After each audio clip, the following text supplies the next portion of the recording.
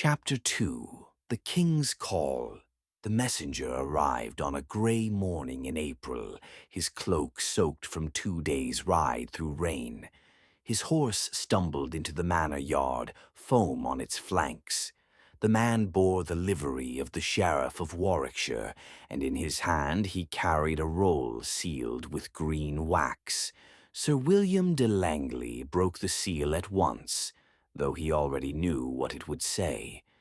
By order of King Edward, all knights owing service were summoned to muster in Portsmouth within 6 weeks, there to cross into Normandy and join the prince's campaign against the French. William read the words aloud to his steward and to Lady Eleanor.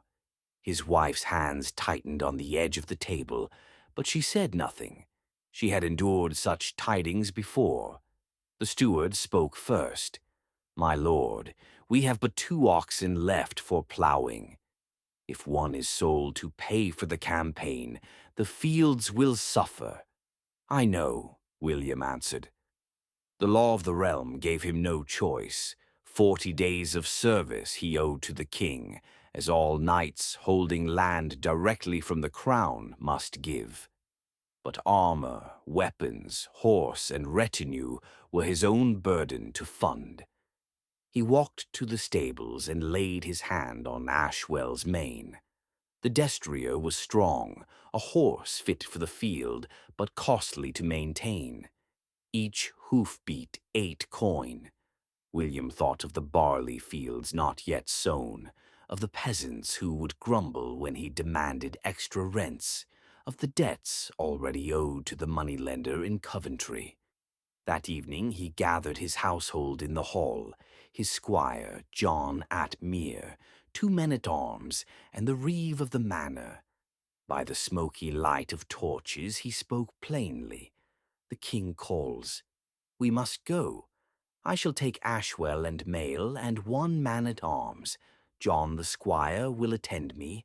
The rest will remain to guard the hall and fields. Lady Eleanor will rule in my stead." His son, John, who had listened from the shadows, stepped forward, eyes alight. "Father, may I ride with you?" "I am near 15. I can bear a shield." William studied him. The boy's shoulders were broadening, his stance eager. Yet he saw the softness of youth still in his face. "Not yet," he said gently. "Your time will come."